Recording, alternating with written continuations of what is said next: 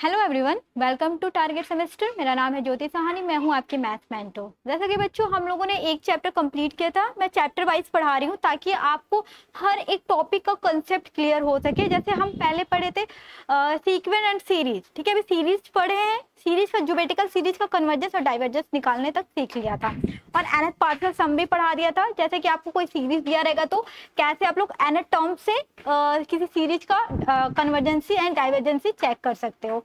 और भी छोटे छोटे टर्म्स पढ़ लिए थे जो कि बहुत इंपॉर्टेंट है। एक एक दो दो नंबर के क्वेश्चन तो आते ही आते, मतलब अब मान के चलो कि जैसे कि अभी थोड़ा सा पैटर्न चेंज हुआ है। आई होप आप सभी लोग को पता ही होगा कि आपके 75 मार्क्स के ही क्या है ऑब्जेक्टिव आने वाले हैं, 20 मार्क्स के यूनिट टेस्ट आने वाले हैं। तो मैं कुछ थ्योरम भी आप लोग को बताती जाऊंगी जो कि आपके यूनिट टेस्ट के लिए क्या होगा, इंपॉर्टेंट होगा। और ऐसा नहीं है बहुत टफ दिया जाएगा, और जल्दी होगा तो आगे के ही यूनिट से दिया जाएगा, पीछे के यूनिट से नहीं दिया जाएगा, कि ताकि कोर्स भी तो यूनिवर्सिटी इतना पूरा कवर नहीं करा सकती है। तो टेंशन लेने की जरूरत नहीं है। अभी फोकस करना है कि जो देखो थ्योरी के ही तरह हम लोग पढ़ेंगे, और ऑब्जेक्टिव को किस तरीके से करना है थोड़ा सा उस पर भी ध्यान देंगे, ताकि टाइम भी बचे और आपका चीजों जितनी चीजें हैं कवर भी हो जाए। अगर चैनल पे फर्स्ट टाइम है तो चैनल को सब्सक्राइब कर लो और बेल आइकन को भी प्रेस कर लो। आपको बहुत से इन्फॉर्मेशन यहाँ पर मिल जाएंगे, और क्वेश्चन प्रैक्टिस वगैरह आपको यूट्यूब पे भी मिलेगा। और जो बच्चे कोर्स में हैं उनको डिटेल्स पे पढ़ाया जा रहा है। अगर आप चाहते हो कि डिटेल्स में पढ़ना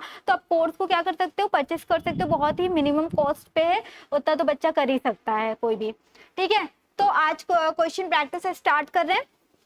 बहुत ही आसान है। अगर बच्चे ने क्लास किया है, जिस बच्चे ने, वो आराम से विदिन, मतलब मुझे लगता है कि 10 सेकेंड भी उसको टाइम नहीं लगेगा, वो बता सकेगा कि ये सीक्वेंस क्या है। मतलब देखो यहाँ पर एक सीक्वेंस दिया हुआ है, आप मान सकते हो कर्ली ब्रैकेट में दिया रहे या इस तरीके से दिया रहे, बात एक ही होता है। मैं कलर चेंज कर लेती हूँ। देखो यहाँ पर पूछा है कि 4 आपके सीक्वेंस दिए हुए हैं, ठीक है। और इसमें पूछा है कि बाउंडेड कौन है। बाउंडेड सीक्वेंस के लिए मैंने क्या बताया था आपको, डेफिनेशन बताया था कि बाउंडेड सीक्वेंस होने के लिए कोई भी सीक्वेंस पहले तो बाउंडेड बिलो होगा, देन बाउंडेड अबव होगा। अगर बाउंडेड बिलो के लिए क्या कंडीशन थी, उसके लिए एक रियल नंबर एग्जिस्ट होता है। जो भी सीक्वेंस रहता है उसमें रियल नंबर एग्जिस्ट होता है, और वो रियल नंबर अगर बाउंडेड बिलो है तो वो लेस देन सीक्वेंस के अंदर जितने भी एलिमेंट हो गए या सीक्वेंस है लेस देन होगा, ठीक है। और अबव के लिए ग्रेटर देन होगा।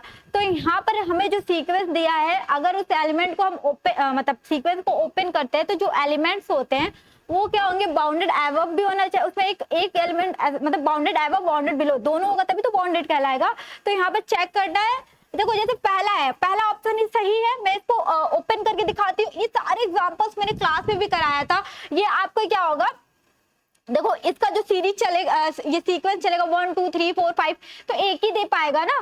और यहाँ पर -1 -2 -3 -4, यहाँ से भी 1 2 1, फिर क्या कहते हैं 1 का स्क्वायर, 2 का स्क्वायर, 3 का स्क्वायर। तो दो ऐसे रियल नंबर चाहिए जो उसको बाउंडेड बिलो भी कर सके, बाउंडेड अबव भी दे सके, तभी तो वो बाउंडेड सीक्वेंस कहलाएगा। तो हमारा फर्स्ट ऑप्शन को हम लोग थोड़ा सा डिफाइन करके पढ़ते हैं। अगर ये सीक्वेंस दिया हुआ है, ठीक है, मान लो an मैंने ले लिया, इसको ये है, ठीक है, इस तरीके से लिख लेते हैं 1/n।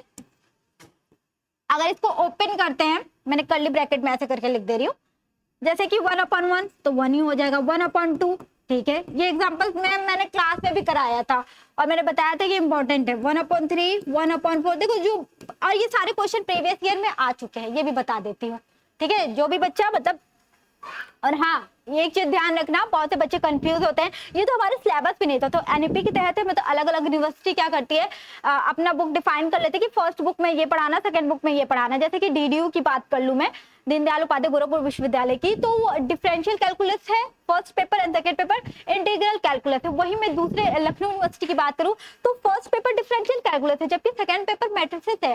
तो ध्यान में रख के पढ़ना कि हमारे सिलेबस में क्या है, सिलेबस को ध्यान में करना है, ठीक है, कि ध्यान में रख के पढ़ना है। जो चीजें आपके क्या कहते हैं सिलेबस में है, आपकी यूनिवर्सिटी जिस भी यूनिवर्सिटी से हो, चेकआउट कर लेना, ठीक है, उसके बाद पढ़ना। और एक्स्ट्रा भी पढ़ लोगे तो कोई वो नहीं है, आगे काम आएगा, ठीक है। फिर 1/5 इस तरीके से हम लोग एक सीक्वेंस निकल जाता है ना। अब इसमें क्या है, हमें क्या निकालना है, बाउंडेड अबव और बिलो दिखाना है। तो आपको एक चीज पता है कि यहाँ पर जो हमारा बाउंड 1 है, 1 बड़ा है, मतलब कि वहां पर एक रियल नंबर एग्जिस्ट कर रहा है 1, और 1 क्या है भाई, greater than equal to this sequence, ये an सीक्वेंस या 1/n।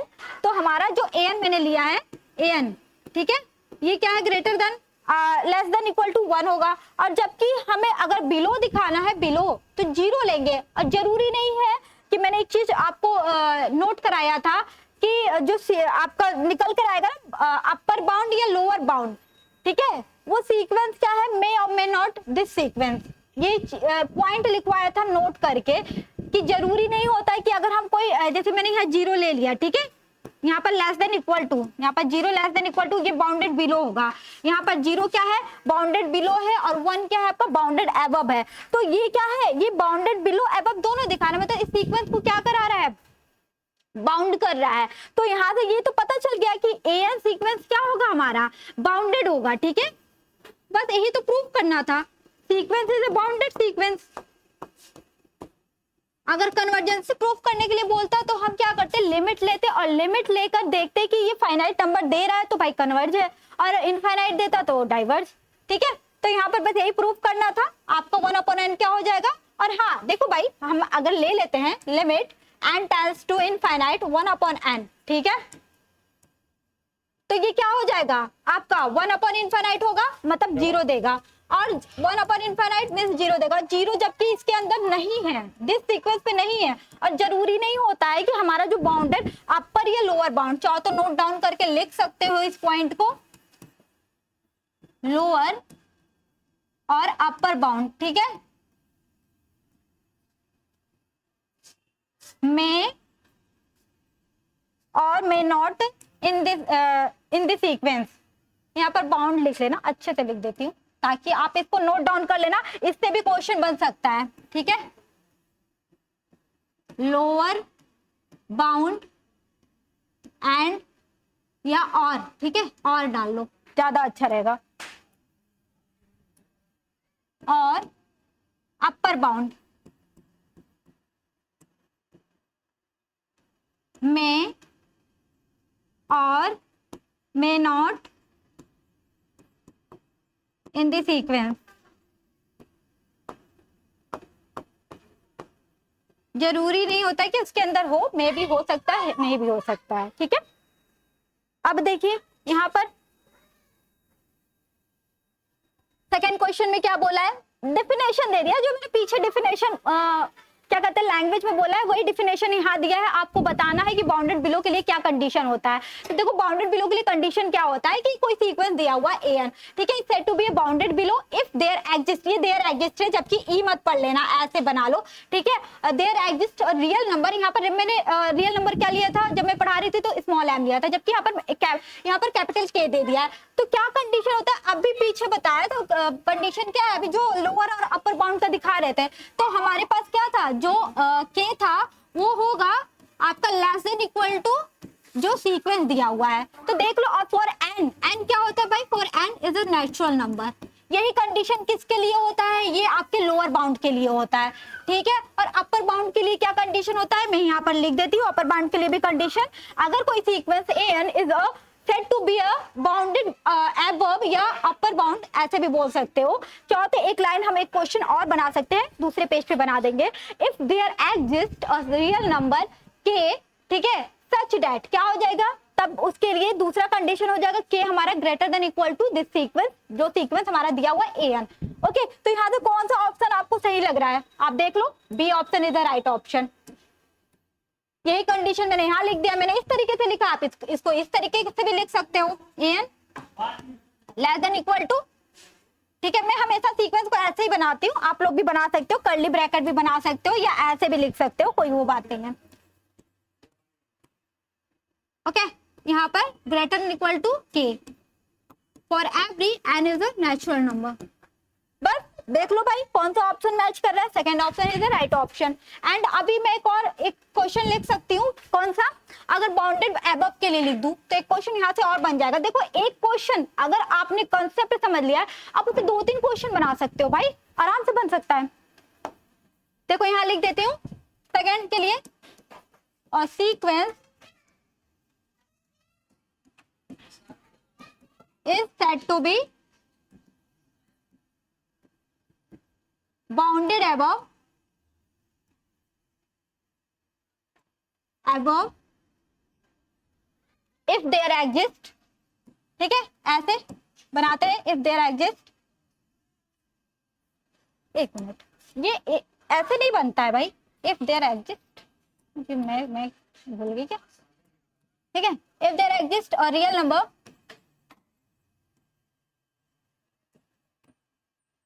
के ले सकते हो, ठीक है, एम ले सकते हो, जैसे मैंने एम ले लिया था, कुछ भी ले सकते हो, कोई भी कैपिटल नंबर, सच दैट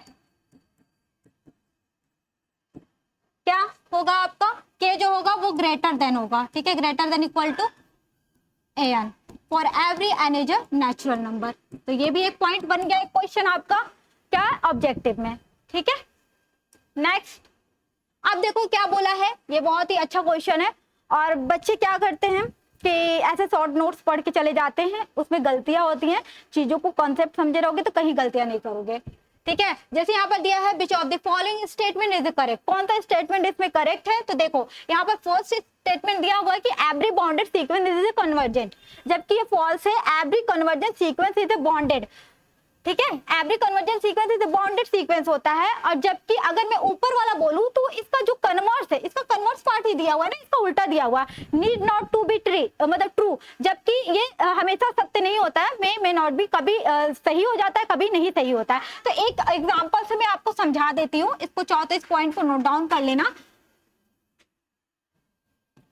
तो ये काम आ जाएगा। और हाँ, इसका थ्योरम भी है, पढ़ लेना, थ्योरम आपके टेस्ट में आ सकता है, ओके, प्रूफ करके दिखा भी सकते हो। Sequence is bounded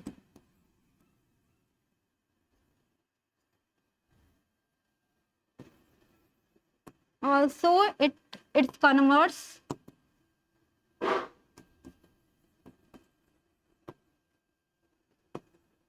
this theorem is need not to be true of this theorem, ये थ्योरम है ना, ये एक लाइन थ्योरम है, इस थ्योरम को इंपॉर्टेंट डाल लेना, ये थ्योरम आप लोग को मैं करा दूंगी, उसके लिए प्रूफ करा दूंगी टेस्ट के लिए, ठीक है।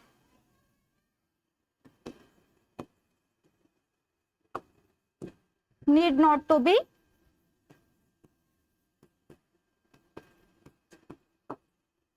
True, okay. जैसे एक एग्जांपल ले लिया, -1 का पावर n, ये सीक्वेंस क्या है, बाउंडेड तो है बट कन्वर्जेंस नहीं है, ठीक है, इज बाउंडेड। अभी मैं इसको अगले क्वेश्चन में प्रूफ करके दिखा दूंगी कि ये बाउंडेड भी है मगर कन्वर्ज कैसे नहीं कर रहा है, बट नॉट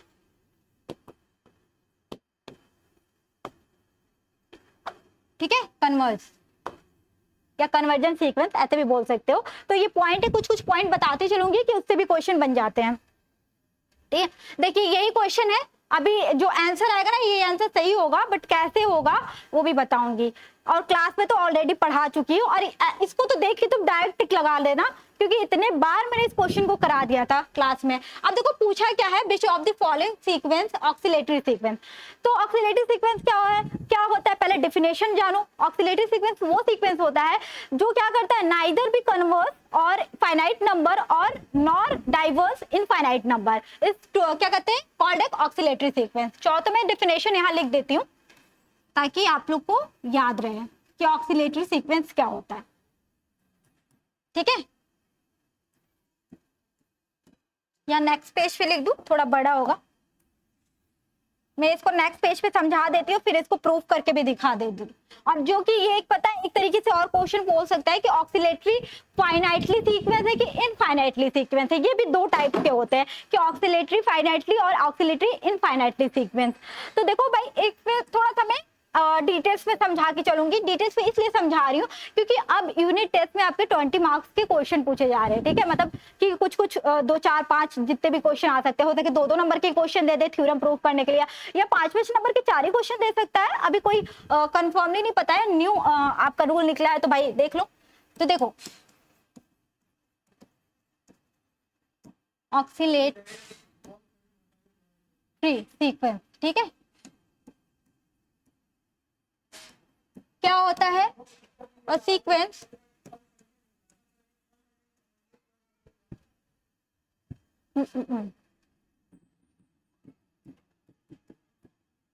ना इधर,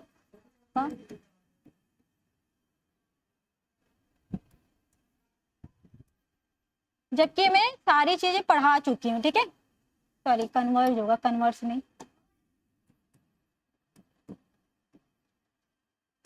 to the finite number nor diverge, ठीक है, टू इनफाइनाइट नंबर, ठीक है।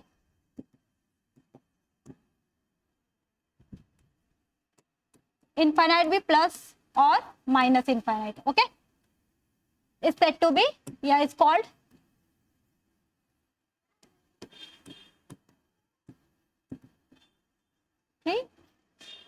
Sequence, okay. अब देखो, जैसे कि इसमें भी दो टाइप्स के होते हैं। फर्स्ट जो टाइप है वही आपका आंसर था। फर्स्ट टाइप क्या था आपका? ऑक्सीलेट फाइनाइट सीक्वेंस, ठीक है। आपके ऑप्शन इस तरीके से भी चेंज कर सकते हैं अगले क्वेश्चन में। अब देखो ये क्या होता है, इस ऑक्सीलेटरी फाइनाइट सीक्वेंस होने के लिए क्या कंडीशन होती है? बाउंडेड सीक्वेंस तो सबसे पहले बाउंडेड होना चाहिए और डजंट कन्वर्ज, ठीक है, बस यही डिफिनेशन होता है। और आप एकदम इजीली याद कर सकते हो। अगर आपको मैं एक दो वर्ड पे बोलूं तो ये क्या होगा? बाउंडेड, इसके लिए दो कंडीशन होना चाहिए। एक तो होना चाहिए फर्स्ट, चलो भाई डेफिनेशन नहीं लिखा आती है तो पॉइंट्स में लिख देती हूँ ताकि आपको भी इजीली समझ आ जाए। और डेफिनेशन देखना होगा तो क्लास में तो ऑलरेडी पढ़ाई चुकी हूँ। तो इसके लिए कंडीशन क्या होना चाहिए भाई? बाउंडेड होना चाहिए। पहले तो बाउंडेड होना चाहिए जो सीक्वेंस हमारा दिया हुआ है। एंड सेकेंड क्या होगा? डजंट कन्वर्ज,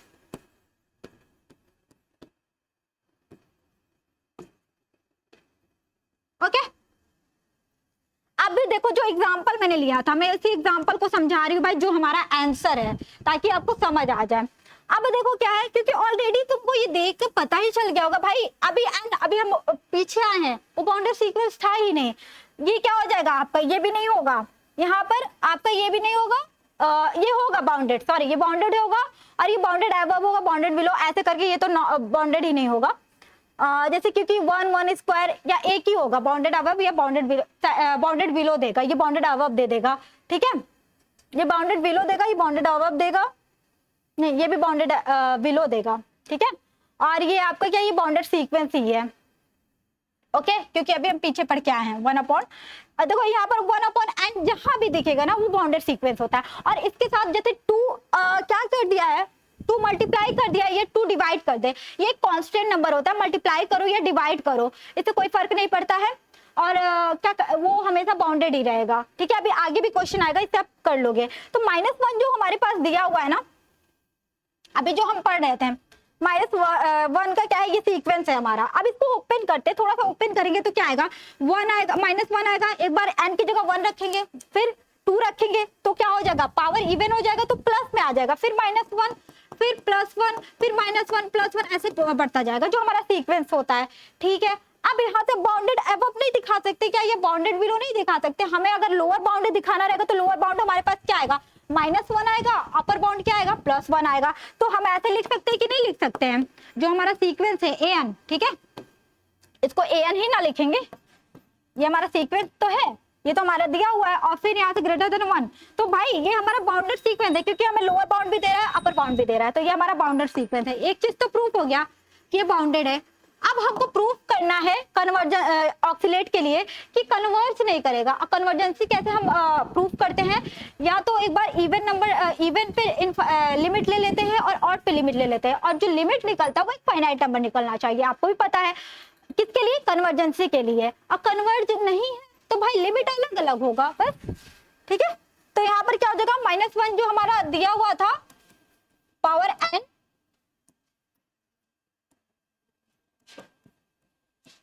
ओके, इसको क्या करेंगे हम लोग? पहले लिमिट लेंगे, ठीक है। लिमिट भी लेंगे तो कैसे? एक ऐसे ले लेंगे, इसको ऐसे कर लो, an था ना, an, देखो बहुत डिटेल्स में पढ़ा रही हूँ, इसलिए डिटेल्स में पढ़ा रही हूँ ताकि आप लोग को कोई भी क्वेश्चन दिया जाएगा ना तो आराम से कर लोगे। यहाँ पर लिमिट मैंने ले लिया, एक बार लिमिट ले लो इवन नंबर पे, एक बार ऑड पे ले लेते हैं, ठीक है, क्योंकि जनरल पे भी ले सकते हो, कोई जरूरी नहीं है, हम इवन ऑड पे ले लेते हैं, क्योंकि हमने 3 तरीके से सिखाया था, n क्या कहते हैं टेंस टू इनफाइनाइट ए, और देखो n की जगह 2n मैंने ले लिया, क्यों, इवन लिया है, ठीक है। इवन पे लूंगी तो जो हमारा पावर होगा 2n हो जाएगा। यहाँ पर भी लिमिट ले लो भाई, और देखो लिमिट लोगे तो यहाँ पर क्या आ जाएगा हमारा, इवन 1 का पावर दे दिया तो 1 आएगा ना, तो हमारे पे लिमिट क्या आ जाएगा, 1 आ जाएगा। फिर हमने एक बार ले लिया limit s tends to infinite a 2n + 1, मतलब ऑड ले लिया, ठीक है। ऑड पे क्या हो जाएगा भाई, n टेंस टू इनफाइनाइट -1 पे पावर 2n + 1, मतलब कि ऑड देगा तो ऑड पे 1 -1 का ऑड पावर -1 देगा तो -1 निकल के आएगा। तो क्या आएगा, और क्या जरूरी होता है, लिमिट हमेशा यूनिक आना चाहिए, हमेशा एवरी, देखो कन्वर्जेंसी प्रूफ करने के लिए मैंने तो लिमिट ले लिया भाई, लिमिट लिया है तो एक फाइनाइट नंबर आना चाहिए, फाइनाइट नंबर आ गया बट यूनिक नहीं आ रहा, इधर अलग आ रहा है, इधर 1 आ रहा है, इधर -1 आ रहा है, तो ये कन्वर्जेंस सीक्वेंस है ही नहीं, तो an is not convergent sequence, ठीक है। मतलब दोनों प्रूफ हो गया, बाउंडेड और नॉट कन्वर्जेंस, तो this sequence hence is bounded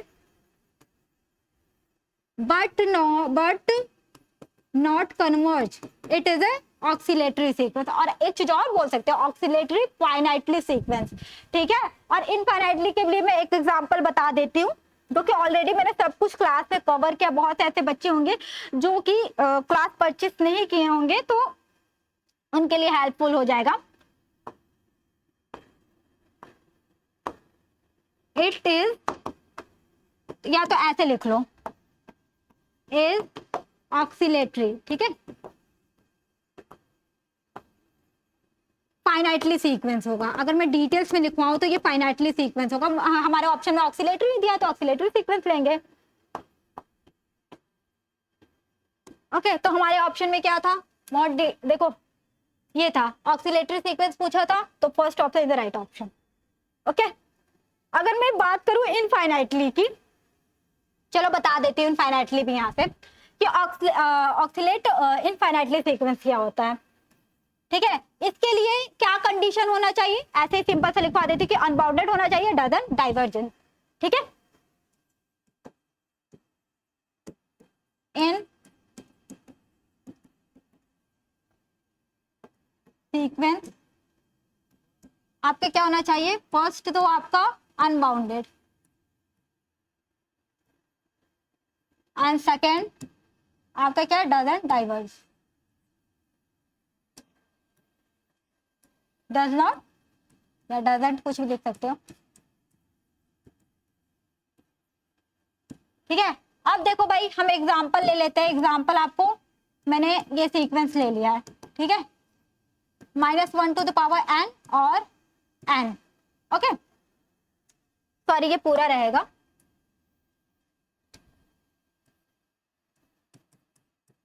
ठीक है, यही है। इसको जब ओपन करोगे तो क्या आएगा भाई, एक बार 1 रखा, ठीक है, 1 रखा, -1 आया, ठीक है, फिर एक बार अगर 2 रखा तो ये तो +2 आ जाएगा, -3 आ जाएगा, ठीक है, और फिर क्या आ जाएगा भाई, 4 आ जाएगा, 2 का यहाँ पर अगर 3 रखा तो माइनस, और ये 3 तो 4, मतलब देख रहे हो, आपको एक चीज दिख गया होगा कि देखो -5 -4, क्योंकि -5 क्या होता है, -4 से क्या होता है, छोटा होता है, फिर -4 -3 -1 इस तरीके से, फिर 2 4 6 एंड सो ऑन। तो यहाँ पर ऐसे दो रियल नंबर एग्जिस्ट ही नहीं कर रहे कि जो हमारे सीक्वेंस को बाउंडेड कर सके, तो ऑलरेडी प्रूफ हो चुका है कि ये क्या है, अनबाउंडेड सीक्वेंस है। और अगर आप इसका लिमिट निकालते हो, आपके लिए होमवर्क है कि आप लोग इसका लिमिट निकालना और देखना कि लिमिट निकालोगे तो पता है क्या आएगा, आराम से दिख रहा है कि एक तो फाइनाइट आएगा, सॉरी एक इनफाइनाइट आएगा, वो भी पॉजिटिव, और एक क्या हो जाएगा, चलो करा ही देती हूँ, ये इसको ले लो, क्योंकि फिर कहोगे मैम ने आधे अधूरे में बता के छोड़ दिया, मैं पूरा बता देती हूँ। तो यहाँ पर दो रियल नंबर एग्जिस्ट नहीं कर रहा है, ये अनबाउंडेड सीक्वेंस है, this sequence is unbounded sequence, okay. अब अगर हम प्रूफ करना चाहें, लिमिट ले लेते हैं, limit n tends to infinite a to n, even number पे ले रहे हैं, ठीक है, limit n tends to infinite -1 पे 2n और 2n, ठीक है, 2n ले लेते हैं, ये तो इवन नंबर दे देगा, 1 दे देगा, और 2n का जब लिमिट लेंगे तो इनफाइनाइट आएगा पॉजिटिव में।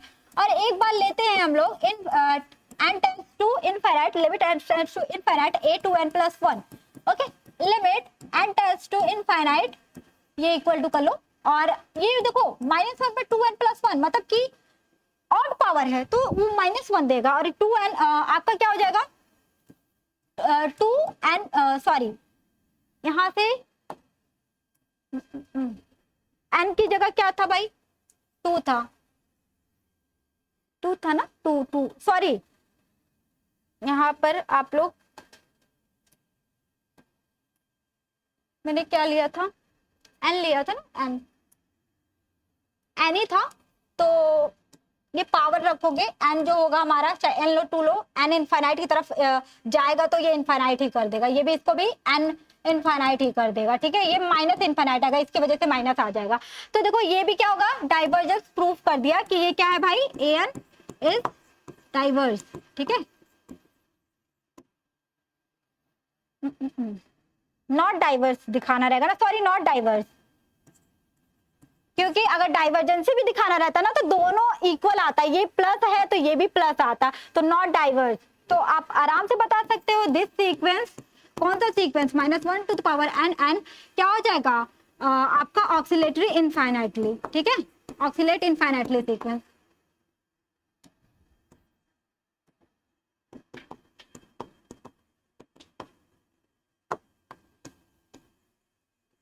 तो ये क्वेश्चन था, मैंने समझा दिया ताकि आपके एग्जाम में आएगा तो आप कंफ्यूज मत होना, ओके।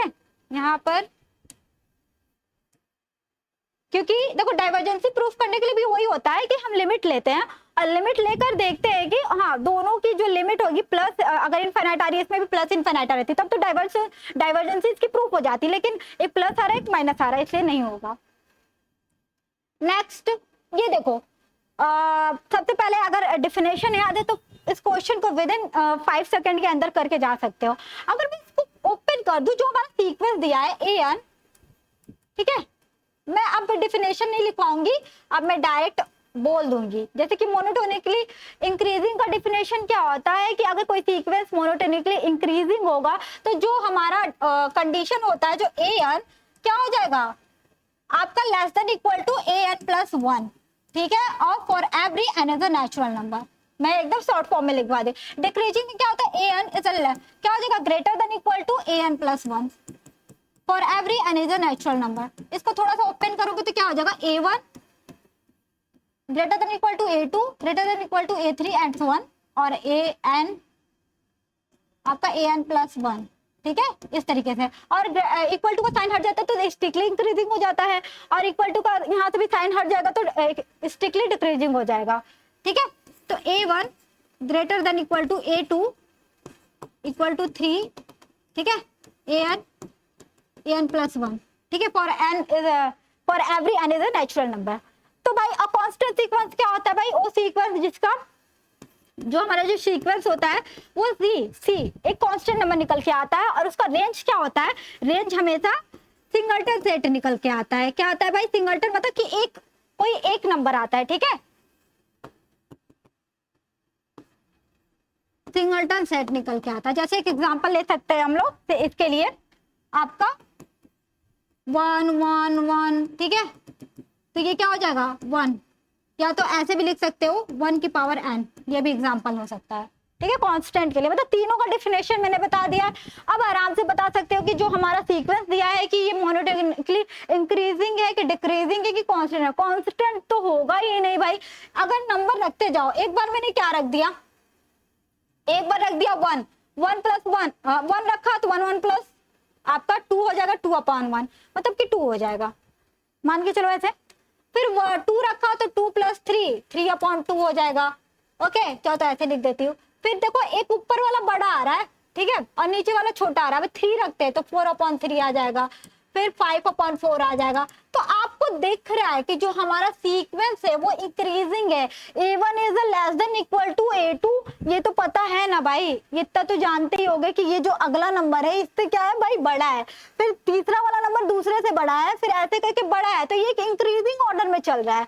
और जबकि ये क्या है मोनोटोनिकली इंक्रीजिंग ऑर्डर है, ठीक है। तो हमारा जो सीक्वेंस होगा वो first option is right option, monotonically increasing sequence होगा। तो इस तरीके से अगर डिफिनेशन ये अच्छे से याद है तो आप आराम से कर सकते हो, ठीक है। नेक्स्ट क्वेश्चन पे आते हैं, क्वेश्चन नंबर 6। थोड़ा सा मैं डिटेल से पढ़ा रही हूँ इसलिए थोड़ा सा टाइम लग रहा है। अभी क्या है कि डिटेल से इसलिए पढ़ा रही हूँ ताकि आप लोग एक क्वेश्चन पे 2-3 क्वेश्चन आराम से कर लो। अभी देखिए यहाँ पर क्या है कि 2 लाइन दिया है आपको, स्टेटमेंट पे है, ऐसे भी क्वेश्चन आते हैं, तो इसके लिए थोड़ा सा बुक तो पढ़ना ही पड़ेगा। बुक से पढ़ते होगे तो बहुत ही अच्छी बात है, हर एक कंसेप्ट क्लियर हो जाएगा। ठीक है,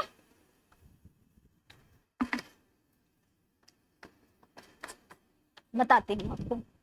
जैसे दिया है ना कि यहाँ पर वही फंक्शन है बीच से यूनिफॉर्मली कंटिन्यूअस है, ठीक है, और जो कि एन इंटरवल कंटिन्यूअस में है, उसके जो इंटरवल भी है क्या है, कंटिन्यूअस होगा, तो दैट इंटरवल, ये तो आपका क्या हो जाएगा, सही होगा।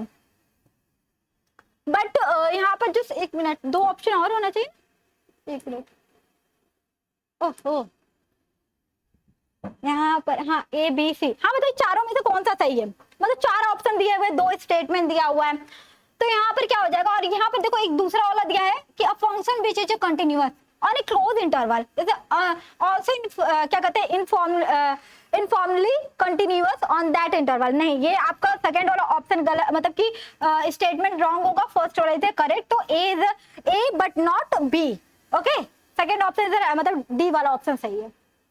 नेक्स्ट, अब देखिए यहाँ पर क्या बाउंडेड सीक्वेंस पूछा है। बाउंडेड सीक्वेंस बहुत सारा, अब देखो मैंने जो कंसेप्ट पीछे समझाया ना 1/n वाला निकाल के दिखाया था, जो फर्स्ट क्वेश्चन था, मैं आपको दिखाती हूँ, जो फर्स्ट क्वेश्चन था ना सेम उसी पे है। अभी मैंने एक बार बताया था कि कोई भी कांस्टेंट अब आपको मल्टीप्लाई करते हो या डिवाइड करते हो तो आपका क्या हो जाता है, वो ऑलरेडी वही रहता है जो ये वाला मैंने प्रूव कराया था, सेम वही वाला क्वेश्चन है, बस क्या किया है 2 को मल्टीप्लाई कर दिया, तो हमारा ऑलवेज क्या हो जाएगा, वो सीक्वेंस हमको प्रूव कराने की भी जरूरत नहीं है, डायरेक्ट आप आंसर दे सकते हो अगर आपको क्वेश्चन में अगर 2-4 बार पढ़ लिए तो।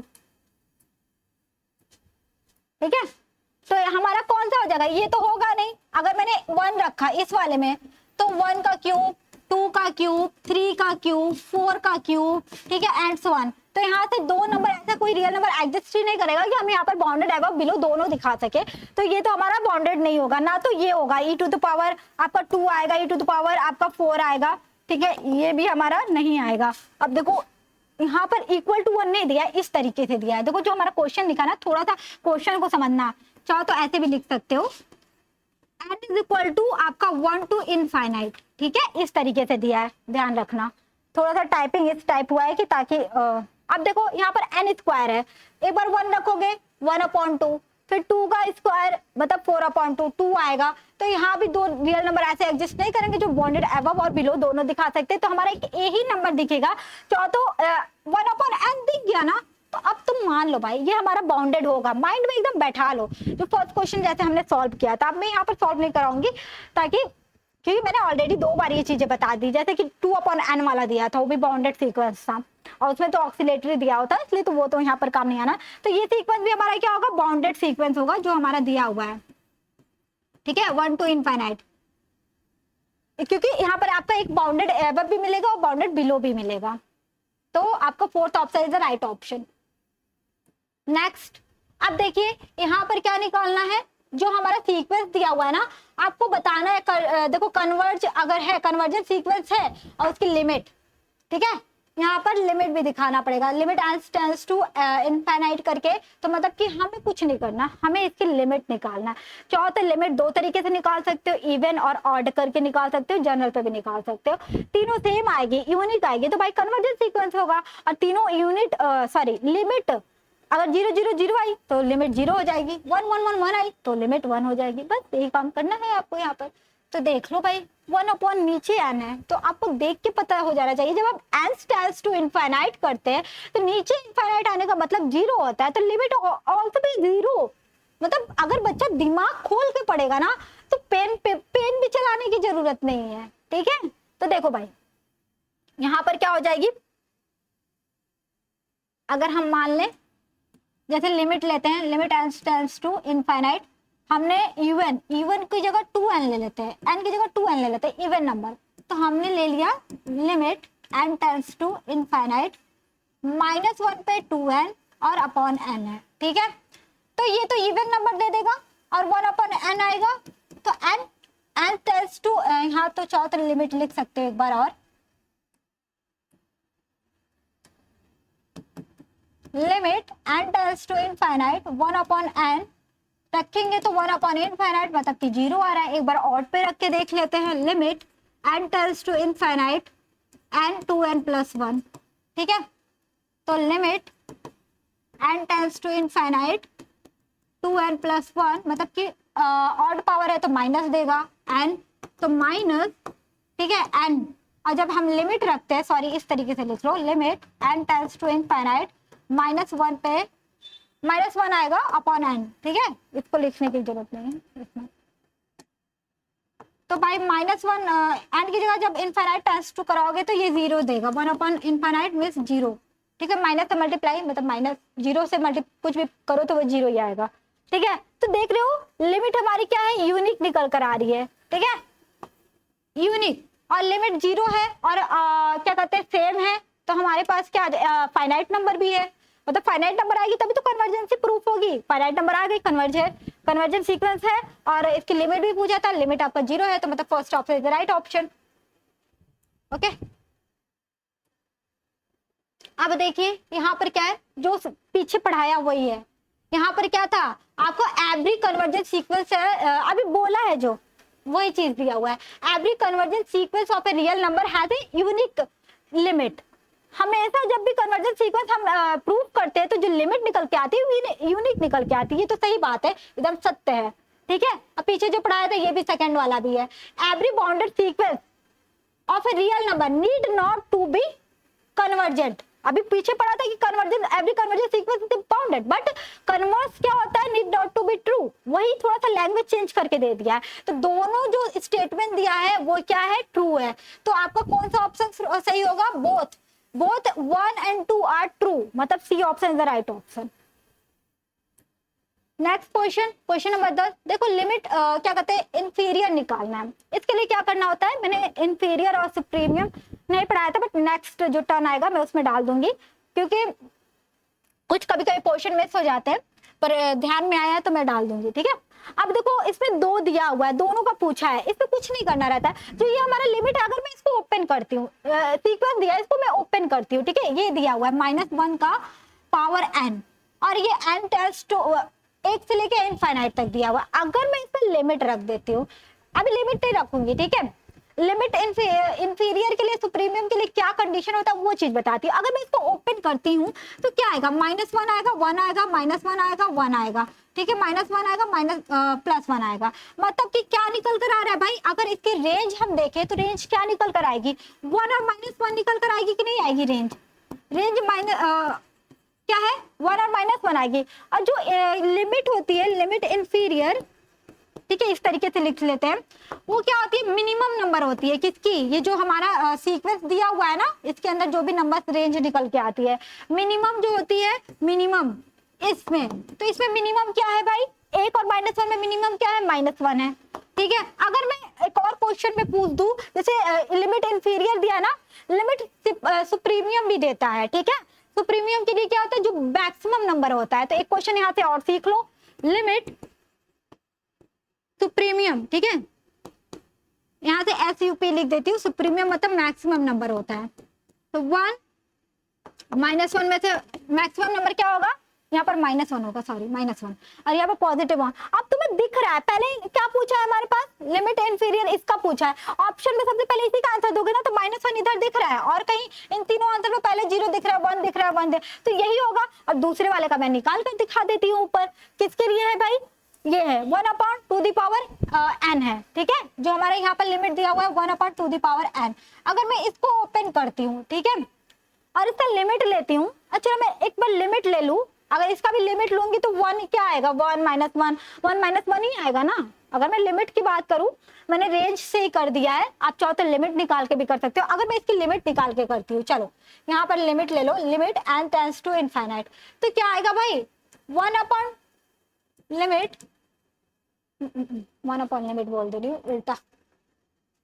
अच्छा देखो, जब टू द पावर n है वो भी अपॉन में है, मतलब कि नीचे इनफाइनाइट आएगा, नीचे इनफाइनाइट आने का मतलब क्या होता है भाई, ऊपर जाके 0 कर देगा, तो ये पूरा ये मिला के क्या आ जाएगा, ये 0 दे देगा। और इसमें तो मैक्सिमम मिनिमम की बात ही क्या करना है, जब 0 आ गया तो 0 इसका आ जाएगा, तो first option is the right option, बस निकल गया यार, ठीक है। अब देखो इसमें लिमिट निकालना है। अभी जो ये सीक्वेंस दिया हुआ है, देखो भाई S1 यही दिया है, मैं इसको अब लिख भी नहीं रही हूँ, यहाँ से लिमिट ले लेती हूँ, ठीक है। Limit n tends to infinite Sn is equal to 1 + 1 minus, ठीक है। अभी इधर भी लिमिट लेना पड़ेगा ना, limit n tends to infinite 1 + n - n। तो जब देखो n हमारा पॉजिटिव मतलब कि इवन नंबर पे अगर मैं लेती हूँ, चलो एक बार मैं इवन ले लेती हूँ, ठीक है, 2n कर लेती हूँ।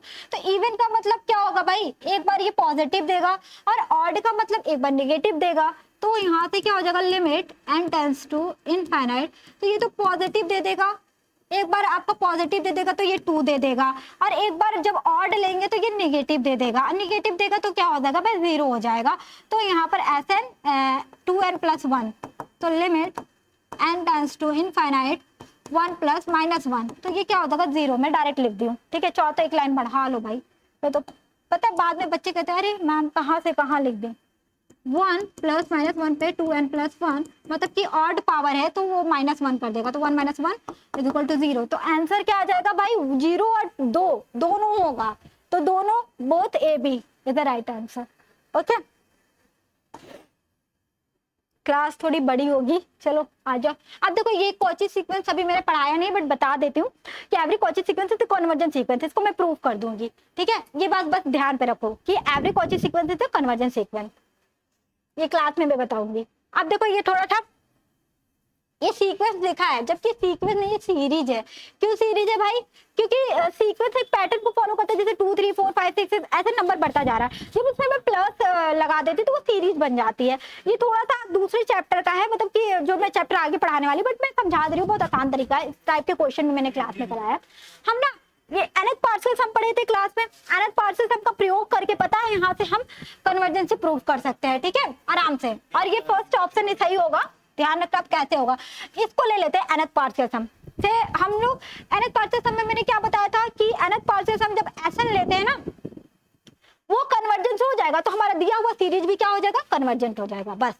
तो हमने nth पार्शियल सम का पहले कन्वर्जेंस प्रूव करते, तो Sn हमारा Sn टर्म्स दिया है, ठीक है, मतलब सम दिया है ना, क्या सम ऑफ द nth टर्म, यही तो दिया है सम ऑफ द nth टर्म, क्योंकि देखो 1/1/2 1/1 × 2 1/2 × 3 इस तरीके से दिया हुआ है। तो क्या हो जाएगा भाई, इसको थोड़ा सा हम तोड़ेंगे। कैसे तोड़ेंगे भाई, nth मतलब इसको थोड़ा सा अभी मैं इसको ओपन करूंगी, मैं इसको सेकेंड क्या कहते हैं नेक्स्ट पेज पे ले जाती हूँ, ताकि और डिटेल्स में पूरे अच्छे से इसको प्रूफ करके दिखा सकूं, ठीक है।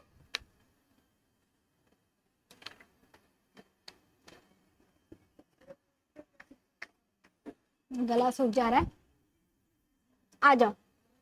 यहाँ पर क्या दिया हुआ है हमारा Sn 1/n + 1, ठीक है। इसको थोड़ा सा हम तोड़ेंगे, ये हमारा क्या है भाई, ये समेशन भी लगा सकते हो, ठीक है। यहाँ पर n को ऊपर एक बार प्लस कर दो, एक बार माइनस कर दो, ठीक है। मैंने एक काम किया है, अपने से जोड़ दिया, अपने से घटा दिया, और n + 1। अब थोड़ा सा सिंप्लीफाई कर देते हैं, n क्या कहते हैं, n + 1 ऊपर है, ठीक है, n + 1 एक ब्रैकेट में ले लिया, एक n ले लिया, इसको n + 1 लिख दिया, ठीक है, -n/n + 1।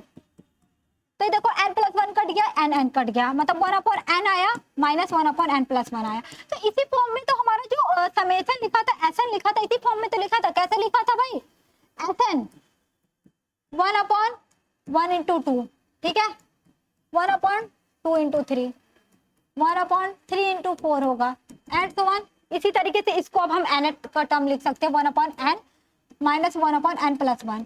तो ये इसी देखो, अगर मैं इसको थोड़ा सा ओपन करके लिखूं तो 1 - 1 1/2 यही टर्म लिखा है। अगर n 1 रखोगे और यहाँ पर 1 + 1 रखोगे तो 2 आएगा, 2 रखोगे तो 2 रखोगे, यहाँ पर 2 + 1, ठीक है। तो यहाँ पर क्या आ जाएगा, 3 आ जाएगा। जैसे मैं इसको थोड़ा सा ओपन करूं, 1/2 -1/3, ठीक है, 1/3 -1/4, फिर 1/4 प्लस में आएगा, एंड डॉट डॉट डॉट करके 1/n -1/n + 1, ठीक है। अब देखो क्या है, ये सब टर्म्स कट जाएंगे, बचेगा क्या हमारा, पहला और लास्ट टर्म बचेगा। क्या बचेगा, n+1। अब हम इसको क्या करेंगे, लिमिट रखेंगे, लिमिट रख के इसका निकालेंगे कि क्या निकल कर आता है। ठीक है, finite number, infinite number and so on क्या निकल के आएगा। तो हमने limit of and tends to infinite s n nth term का कन्वर्जेंसी प्रूव कर रहे हैं। ठीक है, सम का, nth पार्शियल सम का, तो n अपॉन यहाँ पर लिमिट रख दो, limit and tends to infinite 1/1 को 1 ही लिख देते हैं और n+1। तो भाई जब इसको n की जगह इनफाइनाइट टेंड्स टू करके ले जाओगे तो वो तो 0 कर देगा, अब बचेगा 1, तो मतलब 1 आ रहा है, ये एक फाइनाइट नंबर आ रहा है। क्या आ रहा है भाई, फाइनाइट नंबर आ रहा है। अब फाइनाइट नंबर आ रहा है तो आपको पता चल गया कि अगर हमारा nth पार्शियल सम क्या आ रहा है, फाइनाइट नंबर आ रहा है, मतलब कन्वर्जेंसी प्रूफ कर दे, मतलब कन्वर्जेंट सीक्वेंस है। तो जो हमारा सीक्वेंस दिया हुआ था, मतलब हमारा सीरीज दिया था, सॉरी सीक्वेंस बोलेंगे इसको, सीक्वेंस ना बोल के इसको सीरीज बोलना चाहिए। ठीक है, क्वेश्चन में भी मिस्टेक है। ठीक है, तो ये क्वेश्चन ये ऐसे दिया था। ठीक है, तो ये हमारा क्या हो जाएगा भाई, कन्वर्जेंट सीक्वेंस हो जाएगा, इसीलिए आपका ये क्या हो जाएगा, सीक्वेंस इज कन्वर्जेंट सीक्वेंस। वही आपका इनफाइनाइट आता अगर, तो हमारे पास क्या हो जाता, देखो ये अगर बच्चा डायरेक्ट इस पे क्या करता, लिमिट पुट कर देता, तो बोल देता ये तो इनफाइनाइट आ रहा है, तो ये तो डाइवर्जेंसी सीक्वेंस हो जाएगा। तो नहीं, थोड़ा सा सिंप्लीफाई करके, थोड़ा सा सीरीज है तो सीरीज को बहुत तरीके से कर सकते हैं, पी टेस्ट करके, कंपैरिजन टेस्ट करके, और भी आगे आएगा वो क्या कहते हैं, 2-3 तरह के टेस्ट होते हैं, वो मैं आगे सेकेंड चैप्टर में पढ़ाने वाली हूँ, उसको ध्यान रखना। ठीक है, और इम्पोर्टेंट भी है। नेक्स्ट क्वेश्चन पे आते हैं, क्वेश्चन नंबर 14। यहाँ पर देखो भाई, इसके लिए थोड़ा सा अलग है। यहाँ पर देखो ये nth टर्म दिया हुआ है ना, nth टर्म में इसको इवन मान ले लेते हैं, जो हमारी सीरीज है इसको इवन मान लेते हैं। ये हम कंपैरिजन टेस्ट से करेंगे जो अगले चैप्टर में पढ़ने वाले, बट यहाँ पर मैं समझा देती हूँ। जो nth टर्म दिया रहता है ना, इवन मान लेते हैं। क्या दिया है, 2n-1। ठीक है, अब हमें यहाँ पर एक और टर्म्स मानना पड़ेगा, bn। bn कैसे मानते हैं, जो bn होता है ना, n का जो मैक्सिमम पावर वो होता है, जैसे यहाँ पर पावर दिया हुआ है n, एक पावर है। ठीक है, तो हमें 1/n रखते हैं, जो bn हमारा निकल कर आएगा। ठीक है, bn हमारा क्या आएगा, 1/n रख के आएंगे। अब हम इस दोनों को डिवाइड करते हैं, u1/bn, कंपैरिजन टेस्ट से करेंगे इसको। 2-3 स्टेप में होता है, पहले u1 निकालते हैं nth टर्म, फिर bn निकालते हैं, u1/bn करते हैं, मतलब 1/2n-1/1/n। ठीक है, अब क्या करेंगे भाई, हम यहाँ से n को कॉमन कर लेते हैं। ठीक है, यहाँ से 1/n को कॉमन करते हैं तो आएगा 1/2 माइनस 1/n। ठीक है, और 1/n नीचे दिया था, ये तो कट गया, और बचा हमारे पास 1/2 माइनस 1/n। अब लिमिट पुट कर देंगे u1/bn।